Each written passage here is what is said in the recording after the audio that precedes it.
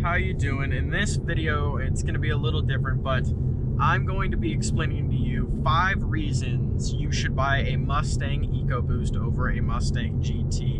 And quick disclaimer real quick, I have nothing against the Mustang GT. I own one and I absolutely love the car, and I would never go back personally to a Mustang Ecoboost. But these 5 things that I'm going to discuss are things you should consider when trying to make the decision between whether you buy an Ecoboost or a GT Mustang. So the first one, and the one everyone talks about when they come to making these videos, is going to be the gas mileage. And of course, the turbo inline-4 that makes less power is going to be better on gas than the massive V8 engine. Well, massive in terms of, you know, comparing the two together. The Ecoboost has a 2.3 liter inline-4, makes 310 horsepower and 350 pound-feet of torque, versus the GT has a 5 liter V8 that makes 420 pound-feet of torque and 460 horsepower. So a pretty decent difference in power and displacement there. So for reference, my GT, on one of the trips, I get 18.7 miles per gallon, and on the main one that has all of my mileage included, or at least the last 10,000 miles, I get an average of 20 miles per gallon, and I drive the car fairly hard sometimes. Definitely throttle down, wide open throttle a lot of the times. I do race it. I do go out with friends and drive pretty hard, and you've seen it in videos on the channel where I do put my foot down time to time. So in this Ecoboost that I'm sitting in right now, this is a 2020 with the premium package on it, and right now I'm averaging 25.4 miles per gallon, and that's not abnormal to see. That actually is what the EPA does estimate the Ecoboost to get. But earlier, driving on the highway up to this location, I was getting well over 30 miles per gallon on the highway, and that is not abnormal to see on the Ecoboost. You might even see at times, if you're going the correct speed in the correct conditions, you might be able to see 40 miles per gallon on the highway in the Mustang Ecoboost. Now, both cars are recommended to take 91, and both cars are capable of taking 87 octane fuel. So it's important to know that when you are going to buy a Mustang and you're trying to decide between the GT and the Ecoboost, that, you know, if you do care about gas mileage or anything of the sorts, that the Ecoboost is going to provide you a much more fuel efficient experience than the GT will. So it's always important to keep that thing in mind. All right, the next thing everyone talks about when deciding between a Mustang GT or a Mustang Ecoboost is of course going to be the cost of ownership. And that comes with the total cost of the car, the cost of gas, the cost of maintenance, and the cost of insurance. So overall, a Mustang Ecoboost Premium is thousands of dollars cheaper than a baseline Mustang GT, and that's to be expected. You are getting a lot more fun and a lot more power out of the Mustang GT. But if you are just looking for a car to cruise around in that is still relatively quick compared to other cars out there, and you want a pretty nice experience with leather seats, heated and cooled seats, you can even option adaptive cruise control and lane centering assist and automatic braking and the Bang & Olufsen 12-speaker audio system. The price difference between the GT and the Ecoboost can be pretty stark. There can be a pretty big difference, especially because the Ecoboost Mustang, the base one, starts in the mid to upper 20s, and the base GT starts in the mid $30,000 range, around $36,000. So there is a massive price difference in between the cost of the car. Now, when it comes to insurance, my Ecoboost that I had for a couple months, 5 months, it was cheaper to insure than it was for the GT. Now, I do know someone I work with, Jacob, when he switched from an Ecoboost to a GT, the cost was lower for him to go to the GT, but he also had not requoted his insurance for a long period of time. Now, for most people, to go from the Ecoboost to the GT, you are going to be paying less in insurance to own the Ecoboost over the GT.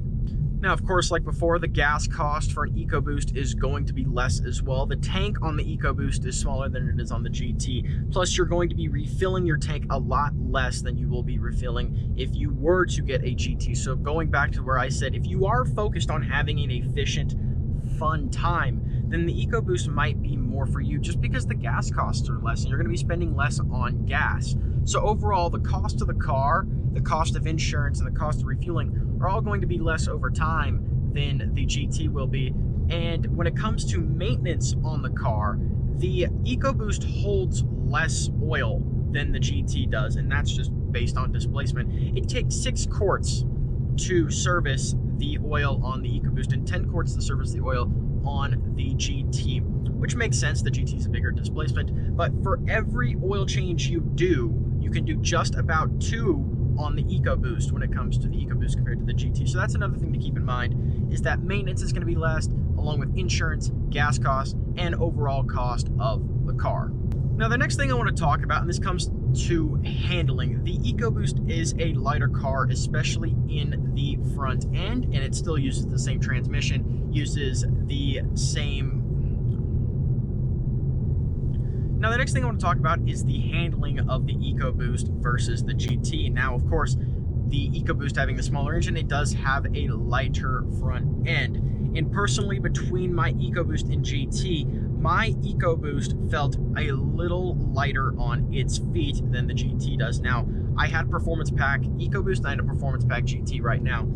So both had upgraded springs, both had upgraded dampers. The only difference is my EcoBoost did not have MagneRide and my GT has MagneRide. But there are times where I remember the fact that my EcoBoost did feel a little lighter on its feet, especially up in the front end. Now, definitely wasn't as fun as the GT is. You can get the GT around some corners in some pretty creative ways, but the EcoBoost overall just felt lighter on its feet.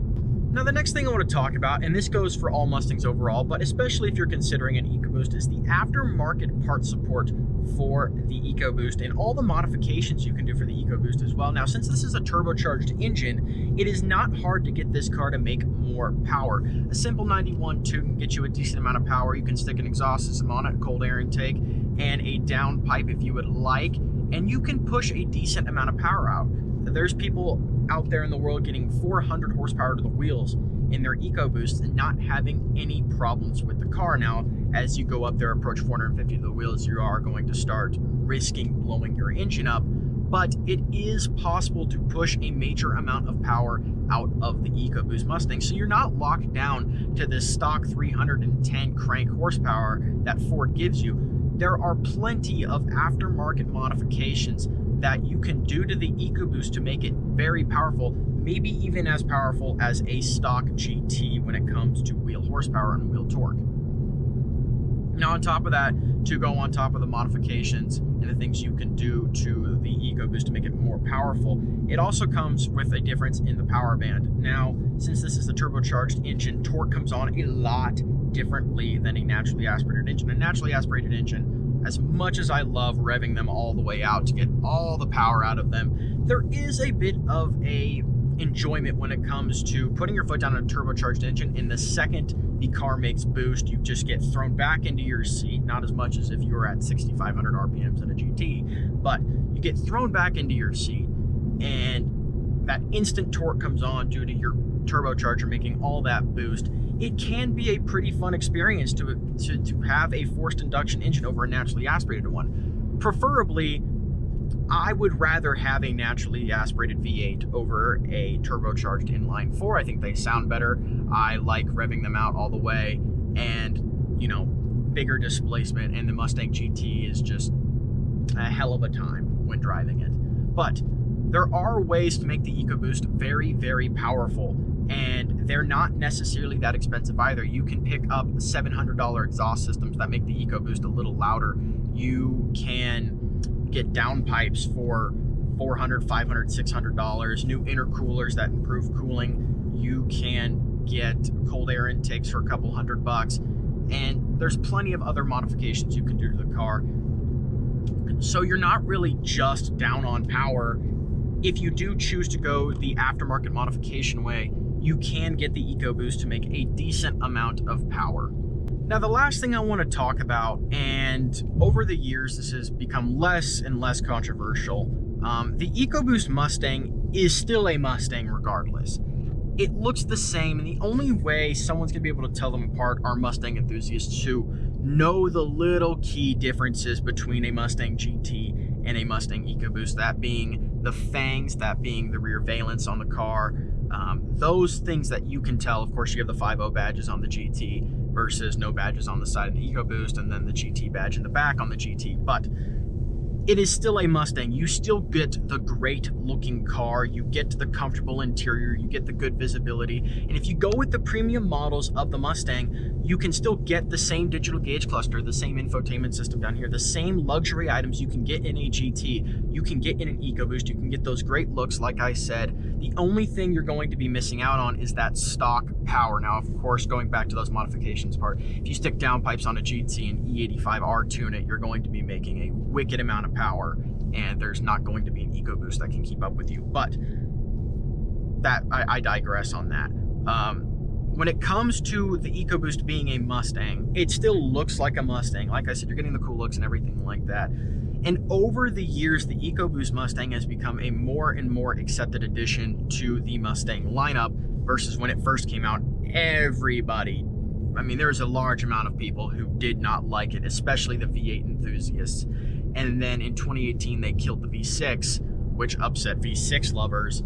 And, you know, the EcoBoost and the GT became the sole options for Mustangs. But owning a Mustang EcoBoost, there were times where I personally felt like I'd rather have the GT, but I never felt at all that I was not driving a real Mustang. The car still felt sporty, it still felt quick, it was fun. My EcoBoost was a manual. So overall, guys, from someone who has owned both cars, both performance-oriented versions of both of those cars, I have to say both of those cars were great to me. I upgraded to a GT because I personally wanted the experience of owning the V8 over the inline 4. But if you're on the cusp of deciding and you want to take in efficiency into account, you want to take in nimbleness into account, you want to take price into account, then these are things you should all consider before going out and buying a Mustang GT.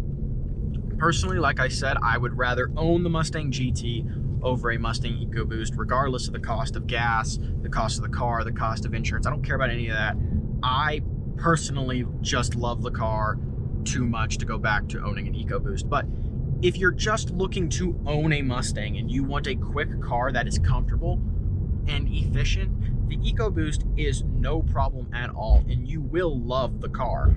I mean, hopefully you'll love the car, because I loved my EcoBoost just as much as I love my GT. My GT just offers an experience a lot different than, you know, the EcoBoost did, and it's an experience I prefer a little more. So yeah, if you guys enjoyed the video, make sure you hit that like button down below, and if you want to see more from us, hit the subscribe button down below to see more videos like this. There's drag races, car reviews, 0 to 60 tests, everything under the sun. And I released a video last week about 5 things I absolutely hate about my Mustang GT, so go check that out. I know the title and the thumbnail seem a little crazy, but I promise the video is lighthearted and fun. And just to remind you all who did watch that video, I absolutely love my GT. That video was not trash on the Mustang. But anyways, guys, I will see you all in the next video.